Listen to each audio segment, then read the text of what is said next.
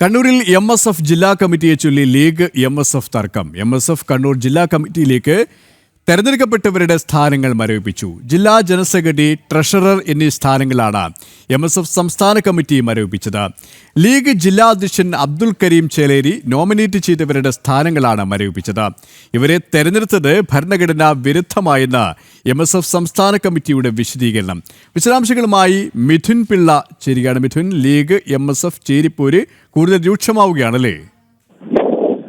തീർച്ചയായും KP, കണ്ണൂരിൽ league MSF തർക്കം രൂക്ഷമാകുന്നൊരു സാഹചര്യം തന്നെയാണ് നിലനിൽക്കുന്നത്.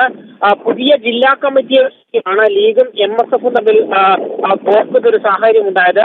ലീഗ് ജില്ലാ കമ്മിറ്റി സംസ്ഥാന കമ്മിറ്റിയോട്, അതായത് MSFന്റെ സംസ്ഥാന കമ്മിറ്റിയോട് ആലോചിക്കാതെ ലീഗ് ജില്ലാ നേതൃത്വം ഒരു ജില്ലാ കമ്മിറ്റിയെ അങ്ങ് പ്രഖ്യാപിക്കുകയാണ്.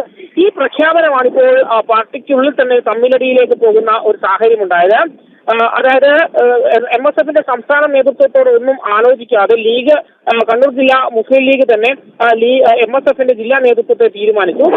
ഈ ഒരു സംഭവം ശ്രദ്ധയിൽപ്പെട്ട ഉടനെ MSFന്റെ സംസ്ഥാന നേതൃത്വം ഈ പട്ടിക മരവിപ്പിച്ചുകൊണ്ടുള്ള നടപടിയാണ് ഇപ്പോൾ സ്വീകരിച്ചിരിക്കുന്നത്. ജില്ലാ ജനറൽ സെക്രട്ടറി, ട്രഷറർ സ്ഥാനങ്ങൾ മരവിപ്പിച്ച് MSFന്റെ സംസ്ഥാന കമ്മിറ്റി നോട്ടീസ് പുറത്തിറക്കുകയും ചെയ്തു. അതായത് സാധാരണഗതിയിൽ MSFന്റെ ജില്ലാ ഭാരവാഹിയാണെങ്കിൽ അയാൾ വിദ്യാർത്ഥിയാകണമെന്നാണ് ചട്ടം.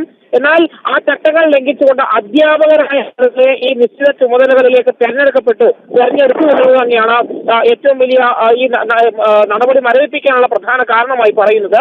അധ്യാപക ജോലി ചെയ്യുന്നവർ എങ്ങനെയാണ് വിദ്യാർത്ഥി സംഘടനയുടെ ഭാരവാഹികളെന്ന് MSFന്റെ സംസ്ഥാന നേതൃത്വം തന്നെ ചൂണ്ടിക്കാണിക്കുകയും ചെയ്യുന്നു. ഈ ഒരു പശ്ചാത്തലത്തിൽ ഈ ജില്ലാ കമ്മിറ്റി മരവിപ്പിച്ചുകൊണ്ട് MSFന്റെ സംസ്ഥാന നേതൃത്വം തന്നെ രംഗത്തെത്തുകയായിരുന്നു. ഏതായാലും ഈ മുസ്ലിം ലീഗ് ജില്ലാ അധ്യക്ഷൻ അബ്ദുൽ കരീം ചേലേരി ഏകപക്ഷീയമായാണ് ഇത്തരത്തിലൊരു നടപടി സ്വീകരിച്ചതെന്നും MSFന്റെ സംസ്ഥാന നേതൃത്വത്തോട് കൂടിയാലോചിക്കാതെ തീരുമാനമെടുത്തു എന്നൊരു പൊതുവികാരം MSFനുള്ളിൽ ഉണ്ട്. അത് തന്നെയാണ് ഇത്തരത്തിലൊരു നടപടിയിലേക്ക് നീണ്ടതെന്നാണ് മനസ്സിലാക്കാൻ വേണ്ടി സാധിക്കുന്നത്. KP, കണ്ണൂരിൽ നിന്ന് മിഥുൻ പിള്ളയാണ് വിവരങ്ങൾ നൽകിയത്.